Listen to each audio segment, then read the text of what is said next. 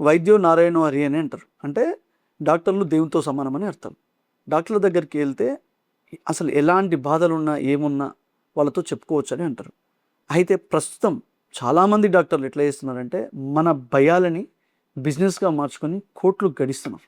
ఇదంతా ఒక పెద్ద మెడికల్ మాఫియాలుగా జమైందని సమాచారం. అది ఎట్లా అంటే ఎగ్జాంపుల్ మనం ఆలోచిస్తే గ్రామాల్లో ఉన్న ఆర్ఎన్పి డాక్టర్ల నుండి మహబూబ్‌నగర్‌లో పట్టణాల్లో ఉన్న డాక్టర్లు, అక్కడి నుండి డయాగ్నోస్టిక్ సెంటర్లు, ఇలా అంటే ఇదంతా ఒక పెద్ద సైకిల్. ఈ సైకిల్‌లో మనం దాంట్లో పడి వేలు లక్షలు ఖర్చు పెట్టుకుంటున్నాం, ప్రాణాలు కూడా పోగొట్టుకుంటున్నాం.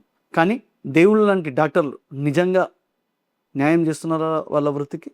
సరే, ఇవన్నీ నేను చెప్పే కంటే ముందు ఒక్కసారి ఈ విజువల్స్ చూడండి.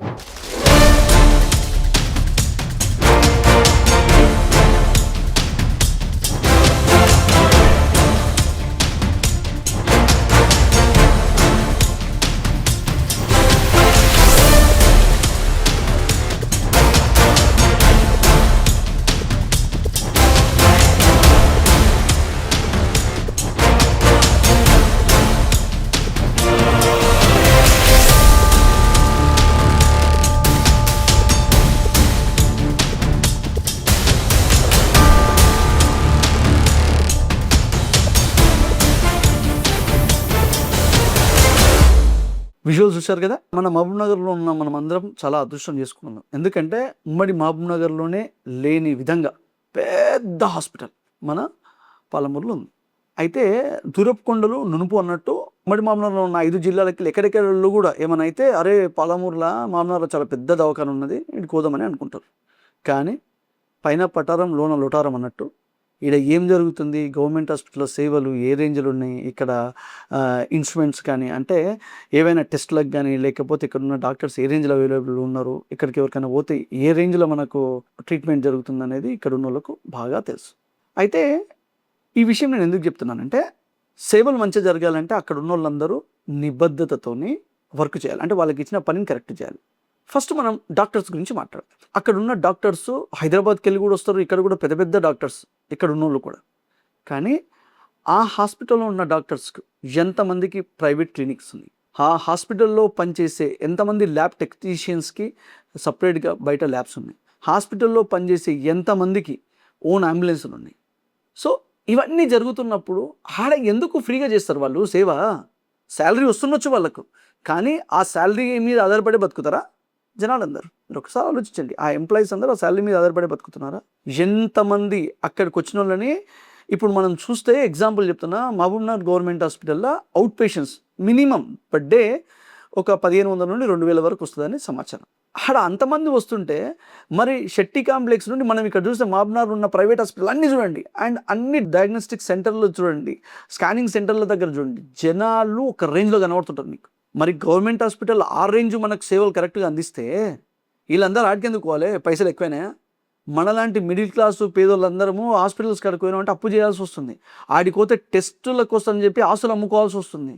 అంత ఘోరమైన పరిస్థితిలో మనం ఉన్నాం. సంపాదించింది మొత్తం ఒక్కసారి ఈ పిల్లగాడిని కానీ మనకు కానీ ఎవరికైనా ఏమైనా చిన్న ప్రాబ్లం అయిందంటే ఒక రోజు పోయినామంటే ఏ హాస్పిటల్కైనా పోయండి, ఉట్టిగా అవుట్ పేషెంట్స్ పోతే కూడా 2000 లేకుండా రాము. ఇంకా ఇట్లా మన కర్మ గాలి మనం ఏదో అంటారు కదా, నసీబ్ కరెక్ట్ లేక హాస్పిటల్ అడ్మిట్ అయినామంటే 3 రోజులు ఉన్నా సరే మినిమం 10,000 లేచిపోతాయి. అంత ఘోరంగా. మరి ఇంత పెద్ద గవర్నమెంట్ ప్రభుత్వ దవాఖాన ఎందుకున్నట్టు? మరి అంటే వాళ్ళ పని వాళ్ళు కరెక్ట్ చేస్తున్నారా? అక్కడ ఉన్నోళ్ళు హాస్పిటల్స్కి రిఫర్ చేస్తే పైసలు వస్తాయంట. ఇది కూడా కాదు, అందుట్ల కోసం పోతే ఎంతమందికి, నేను ఈ రోజు వరకు చెప్తున్నా, గవర్నమెంట్ హాస్పిటల్గా మనం ఎవరో వారానికి పోతూనే ఉంటుంటాం, చూస్తూనే ఉంటుంటాం కదా. మీరు ఒక్కసారి చూడండి, అందులోకి పోతే ఎంతమందికి టెస్టులు అట్లా టెస్టులు చేస్తారు. ఆడిపోతే టెస్టులకు బయటికే రాస్తారంట, మందులకు కూడా ఒకసారి బయటికే రాస్తున్నారట. అంటే టెస్టులకు వేరే ఆడున్న డాక్టర్లే వేరే హాస్పిటల్కి పోండి అని చెప్పడం కానీ, లేకపోతే అందులో పనిచేసేటోళ్ళే వేరే హాస్పిటల్కి రిఫర్ చేయడం వల్ల వాళ్ళకి పైసలు వస్తున్నాయి. అంటే ఇంకో విధంగా కూడా వాళ్ళ ఓన్గా కాకుండా రిఫర్ చేసినందుకు కూడా పైసలు వస్తున్నాయి. ఈ అన్ని విషయాలు ఎవిడెన్స్తోని తప్పకుండా మీకు నేను 100% మీకు చూపించే ప్రయత్నం చేస్తా. ఒక నిమిషం మనం గవర్నమెంట్ హాస్పిటల్ది పక్కకు పెట్టుకుంటే రియాలిటీ అసలు బయట ఏం జరుగుతుంది దాని గురించి చెప్తాను. ఫస్ట్ దోపిడీ ఎక్కడి నుండి స్టార్ట్ అవుతుందంటే, మనం ఊరులో పోతాం, చిన్న చిన్న దానికి పెద్ద దవాఖానకి ఎందుకు పోదాం నాయనా, అంత పైసలు కూడా మాకు లేవు అని మనం మన ఊరున్న ఆర్ఎన్పి డాక్టర్ దగ్గరకు పోతాం. ఆడేం చేస్తాడు, చూస్తాడు. చూసి ఏం చేస్తాడు, సరే ఏదో మందు గోళీలు ఇంజెక్షన్ ఇస్తాడు, ఓ 100 రూపాయలు తీసుకొని ఇస్తాడు, తగ్గలేకుంటుంది. ఆ రోజు వరకు ఉపశమనం ఉంటుంది. తర్వాత ఏం చేస్తాడు, టెస్టులకు లేకపోతే ఏదైనా ఒక హాస్పిటల్కి రాస్తాడు. బట్ టెస్టులకు రాసినా ఇంటికి పైసలు వస్తాయి, ఎందుకంటే ఆ డయాగ్నోస్టిక్ సెంటర్ నుండి. లేదు వేరే హాస్పిటల్కి రాసినా కూడా వీడు రిఫరెన్స్ ఇస్తాడు, ఆర్ఎన్పి నేను రిఫరెన్స్ పలానా హాస్పిటల్కి అంటే వీనికి పైసలు వస్తాయి. హాస్పిటల్కి వెళ్ళి 1000-2000 వస్తాయి. ఆ డాక్టర్ దగ్గరికి పోయిన తర్వాత ఆ డాక్టర్ ఏం చేస్తాడు, ఓకే నీకు ఏం ప్రాబ్లం అయింది, సరే పలానా స్కానింగ్ సెంటరో లేకపోతే పలానా డయాగ్నోస్టిక్ సెంటర్కి వెళ్ళి టెస్టులు చేయించుకురాబోంటారు. సార్ నేను మొన్ననే సార్ ఒక 5 రోజుల కింద 6 రోజుల కిందనే టెస్టులు తీసుకొచ్చిన సార్ అంటే, ఆ టెస్టులు కాదబ్బా, వేరే టెస్టులు తీసుకురాపోండి, ఆ టెస్టులు కాదు, మాకు తెలుసా నీకు తెలుసా, ఈ టెస్టులు పనిచేయవు, మేము చెప్పిన దానికే పోండి, ఆడ పోయి టెస్టులు తీసుకురాపోండి అంటారు. ఆల్రెడీ ఇంతకుముందే అన్ని పైసలు పెట్టి టెస్టులు చేసుకొచ్చింటాం, మళ్ళీ అవి చెల్లవా, ఎందుకు చెల్లవు అంటే అది కరెక్ట్ లేవు అంటారు. ఎందుకు అంటే వాళ్ళకి అక్కడ కమిషన్ వస్తుంది, దానికి పంపిస్తారు. ఇప్పుడు మనోళ్ళు బాగా అప్గ్రేడ్ అయిన అనుకోండి, ఎవరు ఓన్వి దుకాణాలు స్టార్ట్ చేసుకున్నారు, ప్రతి హాస్పిటల్ వాళ్ళ ఓన్ టెస్ట్ సెంటర్లు పెట్టుకున్నారు. సరే ఆ విధంగా పోతాం, ఆడ ఆర్ఎన్పి పంపించినట్టు ఆర్ఎన్పికి పైసలు వస్తాయి, టెస్ట్ దాంట్లో కాకపోతే వీళ్ళు కూడా స్కానింగ్ సెంటర్లో లేకపోతే డయాగ్నోస్టిక్ సెంటర్లో వాళ్ళకు కూడా డబ్బులు వస్తాయి. కొన్ని డయాగ్నోస్టిక్ సెంటర్స్ ఎట్లా అంటే, మనం ఇంతకుముందు ఎప్పుడైనా డామినోస్ కానీ లేకపోతే పిజ్జా సెంటర్స్ ఉంటాయి చూడండి, దాంట్లో ఒకటి ఉంటుంది అనమాట, 20 మినిట్స్లో మేము మీ పిజ్జా ఆర్డర్ చేయకపోతే మా బిల్లు మీరు కట్టనవసరం లేదు అని కొన్ని ఉంటాయన్నమాట. దాంట్లో కొన్ని వీళ్ళు కూడా ఏంటి అంటే, మీరు పేషెంట్స్ మాకు పంపించండి, గంట లోపలనే మీకు పైసలు పంపిస్తాం. ఇది మన మహబూబ్ నగర్లోనే కొన్ని డయాగ్నోస్టిక్ సెంటర్స్ అంట. అవి నేను పేర్లు ఇప్పుడు చెప్పను, ఎందుకంటే వితౌట్ ఎవిడెన్స్ మనం పేర్లు వాడకూడదు కదా, ఎవిడెన్స్ లేవు కాబట్టి. విశ్వసనీయ సమాచారం, గంట సేపట్లో పంపిస్తారంట. అగర్ పేషెంట్స్ రాకపోతే వాళ్ళకి వెళ్ళి, సార్ ఏమైంది సార్, మాదేమైనా తప్పు జరిగిందా, వస్తులేవు అని కూడా అంటారంట.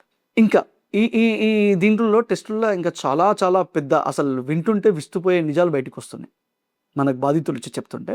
ఏంటి అంటే, ఒక పేషెంట్ నాకు రీసెంట్గా కలిసి చెప్పారు, ఆయన ఏదో అసిడిటీ గ్యాస్ట్రిక్ ప్రాబ్లమా అని చెప్పి హాస్పిటల్కి పోతే ఆయనకు ఒక కార్డియాక్ సెంటర్లో ఈసీజీ తీసిండ్రు, 2D ఈకో తీసిండ్రు, థ్రెడ్మిల్లర్ టెస్ట్ చేసిండ్రు, బ్లడ్ టెస్ట్ చేసి లిపిడ్ ప్రొఫైల్ కానీ కొలెస్ట్రాల్ అవన్నీ చూడడానికి అవన్నీ కూడా చేశాను. చాలా పెద్దగా బిల్ వేసి, ఎట్లా అంటే నీకు ఇంత వచ్చిందా, దీంట్లో కొలెస్ట్రాల్ ఇంత వచ్చింది, చాలా కష్టమైతే చూడు అని ట్యాబ్లెట్లు అందించి నెల తర్వాత మళ్ళీ ఒకసారి టెస్ట్ చేసి మళ్ళీ అవన్నీ చేద్దామని చాలా పెద్ద మొత్తంలో బిల్ చేసినట్టు తీసుకొని పైసలు. కానీ వాళ్ళకు ఒక భయం, నాకేమైనా అవుతుందా, ఏమవుతుందో టెన్షన్. నార్మల్గా ఎవడనైతే చచ్చిపోతాడు, వాళ్ళు పెట్టిన భయానికే వాడు అప్పటికే పైకి పోతాడు. వీడు బాగానే భయపెట్టిన అంతవరకు ఉంది.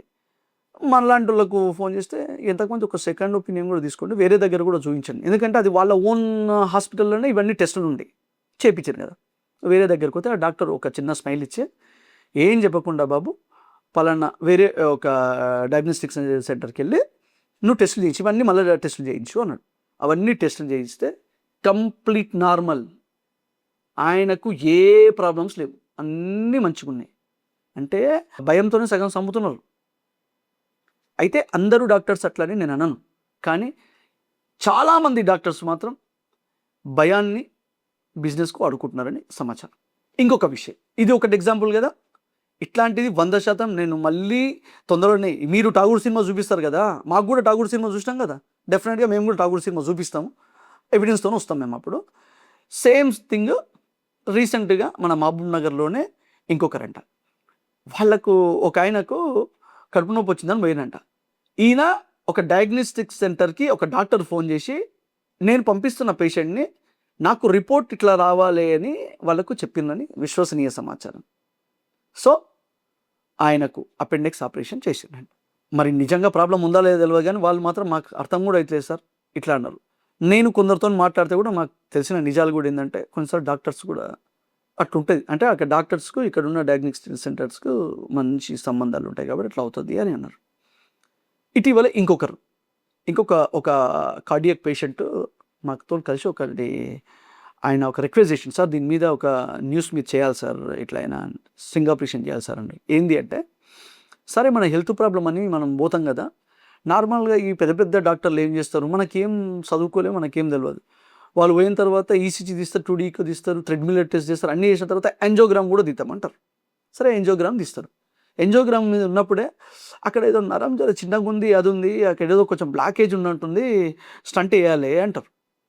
మనకు స్టంటులు అంటే తెలియదు, ఆ స్టంట్లు ఏం స్టంట్లు వేస్తారో తెలియదు. ఇప్పుడు సింపుల్గా ఆలోచిస్తే ఆరోగ్యశ్రీతో పోయినప్పుడు ఎగ్జాంపుల్ చెప్తాను, దాన్ని కూడా ఇస్తారు. ఈడ మనతో మాత్రం 50,000, 1,00,000, 2,00,000 తీసుకుంటారు. అది ఇది సేమా అంటే ఇంకా నమ్మకం మీదే మీరు రావాలి అంటారు.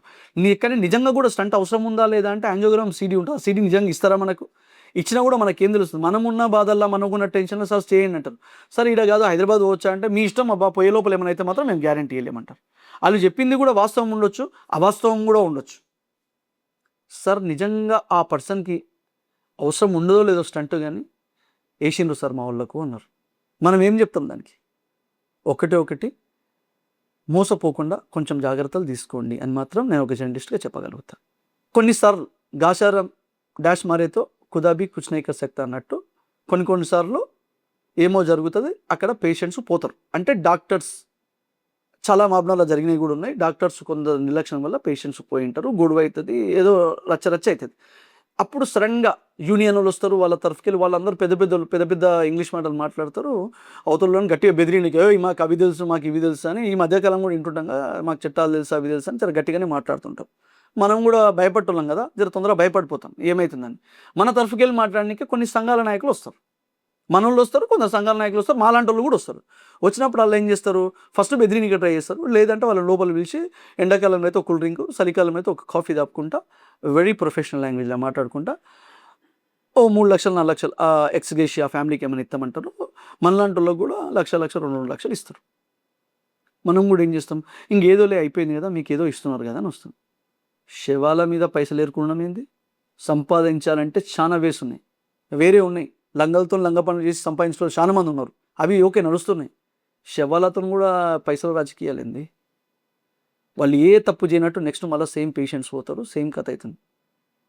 నిర్లక్ష్యం వల్ల చచ్చిపోతే దాని ముందర పెద్ద గొడవ చేసి దాన్ని మూపియాలే, అప్పుడు ఇంకా 2 పానాలు బతికించడం అవుతాం, పుణ్యం వస్తుంది, మన పిల్లలు కూడా పుణ్యం వస్తుంది. కానీ అవన్నీ మర్చిపోతున్నారు. ఇవన్నీ నేను ఎందుకు చెప్తానంటే ఏ రేంజ్లో మెడికల్ మాఫియా జమైందో ఒకసారి ఆలోచించండి. నేను మళ్ళీ చెప్తున్నాను, అందరూ డాక్టర్స్ అట్లా కాదు. వైద్యో నారాయణ హరి నేను ఇంతకుముందు చెప్పినట్టు దేవుళ్ళకు ఉన్న డాక్టర్స్ కూడా కొందరు అక్కడిక్కడ 5 మంది 6 మంది ఉండొచ్చు, కానీ మిగతా చాలామంది ఎట్టెట్లుంటున్నారో ఒకసారి ఆలోచించండి. ఆర్ఎన్పి డాక్టర్ల నుండి ఆ డయాగ్నిక్ సెంటర్లు, స్కానింగ్ సెంటర్లు, ఈ హాస్పిటళ్ళు ఎంత బిజినెస్ చేస్తున్నారు. మన భయాన్ని వాళ్ళు ఎంత ఎంకరేజ్ చేసుకుంటున్నారు ఒకసారి ఆలోచించండి. ఇంకా దీనికి ఒక కొసమేర్పు ఏంటంటే అసలు హాస్పిటల్స్ కూడా పుట్టగొడుగులాగా వస్తున్నాయి కదా. అసలు హాస్పిటల్స్కి అన్ని పర్మిషన్స్ కరెక్ట్ ఉన్నాయా? వాళ్ళు అడిగిందానే వాళ్ళు ఇన్ఫ్లుయెన్స్ తీసుకొని అందరు ఇస్తున్నారు కదా. అసలు ఫైర్ కానీ, మున్సిపాలిటీకి సంబంధించింది కానీ, హాస్పిటల్కి సంబంధించింది కానీ అన్నిటికన్నీ కరెక్ట్ ఉన్నాయా లేవా? అవి కూడా ఒకసారి చూసుకోవాలి కదా. అధికారులు మరి ఎందుకు అవి పట్టించుకోరు మాకు అర్థం కాదు. ఇలాంటి పెద్ద ఇష్యూస్ వచ్చినప్పుడు కూడా నెక్స్ట్ డేనే అసలు ఏం సంబంధం లేనట్టు మళ్ళీ ఎప్పటిలాగానే వాళ్ళు పెద్ద అడ్వర్టైజ్మెంట్స్, పెద్ద ప్రమోషన్స్, పెద్ద హోర్డింగ్స్లో కనబడుతుంటాయి. మళ్ళీ పేషెంట్స్ కూడా అట్లనే మనం పోతుంటాం, పెద్ద రిఫరెన్స్లతోనే అట్లనే పంపిస్తుంటారు. చాలామంది రిఫరెన్స్తో మనం ఏదో ఆడికి పోండని మన ఆర్ఎన్పీలో లేకపోతే మన ఊళ్ళో చెప్తే మనం ఏదో అనుకుంటాం, అట్లేం లేదు. వాళ్ళకి మంచి రిఫరెన్స్లు వస్తుంటాయి. అసలు రోగం ఒకటి ఉంటుంది, దానికి సంబంధం లేకుండా లేకపోతే ఒక్క చిన్న దానికి 10 టెస్టులు పెట్టి పోండి అని పంపిస్తుంటారు ఆ డయాగ్నోస్టిక్ సెంటర్స్. అసలు రోగం ఏంది, వాళ్ళు చేస్తున్న టెస్టులు ఏంది, అక్కడ ఉన్న డాక్టర్స్కు లోపల టెస్టులు చేసే ఆ ల్యాబ్ టెక్నీషియన్స్కు లేకపోతే డయాగ్నోస్టిక్ సెంటర్స్ వాళ్ళకే తెలుసు, నవ్వుకుంటున్నారు వాళ్ళు. అప్పుడప్పుడు మాలాంటి వాళ్ళకి ఇన్ఫర్మేషన్ ఇస్తున్నారు, అన్నా మాకే బాధ అనిపిస్తుందన్నా, సంబంధం లేకుండా ఎన్నెన్నో టెస్టులు చేపిస్తున్నారు. రిపోర్టు కూడా ఇచ్చినప్పుడు కొన్నిసార్లు మరి ఇంతకుముందు మనం ఎక్కడో చేయించిన టెస్టులు అవన్నీ తప్ప అంటే ప్రతి దానికి కండిషన్స్ అప్లై అయినట్టు వాళ్ళు కూడా, అంటే మేము ఇచ్చేటవన్నీ 100% అక్యురేట్ అన్నట్టు కాదు అని ఏదో ఉంటుందంట, నాకు కూడా తెలియదు, మరి పెద్ద చదువుకోలే కాబట్టి వీళ్ళు కూడా మీ ఇష్టం మరి అని వీళ్ళు చెప్తారు. మనం కూడా సారులు దేవుళ్ళు కదా డాక్టర్లు, మనం కూడా సార్ మీరు ఎట్లా చెప్తారు సార్, మీరే మా దేవుడు అంటారు, అంటాం, మనం కూడా చేపించుకుంటాం. ఎందుకంటే నిజంగా మన దేవాలయాల కంటే హాస్పిటల్స్ గోడలకే మనం ఎక్కువ మొక్కుంటామంట, హాస్పిటల్లోనే ఎక్కువ దేవుని తలుచుకుంటామంట. ఎందుకంటే డాక్టర్లు కానీ అక్కడ ఉన్న సిస్టర్లు కూడా మన దేవుళ్ళలాగా భావిస్తాం వాళ్ళని. కానీ వాళ్ళందరూ కరెక్ట్ చేస్తున్నారా? నేను ఈ వీడియో చూస్తున్న ప్రతి ఒక్కరికి నేను ఏం చెప్తున్నా అంటే ఇటువంటి ఠాగూర్వి చాలా రిపీట్ అవుతుంటాయి. మీరు కూడా ఆ ఠాగూర్ సినిమా చూసింటారు కాబట్టి మీరు కూడా కొన్ని టెస్టులు అవినా చేసుకుపోయి ఒకసారి చూసుకొని వాళ్ళు ఏం చెప్తుందో చూడండి. అట్లాంటివి చూసి ఎవిడెన్స్తోని మాలాంటి వాళ్ళ దగ్గరికి రండి, మనం ఏం చేయాలో మనం వచ్చేద్దాం. అండ్ మాలాంటి వాళ్ళు కూడా సమ్టైమ్స్ అమ్ముడయ్యే అవకాశాలు ఉంటాయి. కాబట్టి మీరేం చేయండి అంటే, మన ప్రతి ఊర్లో సోషల్ మీడియా యాక్టివ్గా ఉండే పిల్లలు ఉంటారు, వాళ్ళకి చెప్పి మంచి వీడియో తయారు చేసి స్టేటస్లు పెట్టుకొని పిచ్చ వైరల్ చేయండి. ఎందుకంటే మీకు ప్రతిసారి మీడియానే హెల్ప్ చేయకపోవచ్చు, 99% చేసేటోళ్ళు ఉంటారు, 1% ఎవరైనా ఉన్నా కూడా మీరు ఆ ఒక్కరికే చెప్పి మోసపోకూడదు. కాబట్టి మీరు కూడా ఒక వీడియోలు పెట్టి స్టేటస్లు పెట్టి ఎక్కడ ఏం జరిగిందో, మీకు జరిగిన అన్యాయాన్ని ఫేస్బుక్లో, ఇన్స్టాగ్రామ్లో, మొత్తంలో సోషల్ మీడియా రచ్చ చేయండి. దయచేసి అధికారులు, నాయకులు కూడా దీనిపైన కాన్సంట్రేట్ చేయండి. ముఖ్యంగా మాతో పైసలు ఎక్కువ ఏం లేవు సార్, ప్రైవేట్ హాస్పిటల్కి తిరిగే అవసరం మాకు లేదు. దయచేసి ప్రభుత్వ దవాఖానాలన్నీ కరెక్ట్గా మెయింటైన్ చేస్తే ప్రైవేట్ హాస్పిటల్స్ ఇన్ని రావు సార్. వీటికి పోము, అందరం ప్రభుత్వ దవాఖానలకే పోతాం, ఆడనే హ్యాపీగా చూపించుకుంటాం. దయచేసి మాలాంటి మధ్యతరగతి పేద ప్రజల బాధలు అర్థం చేసుకుంటారని ఆశిస్తూ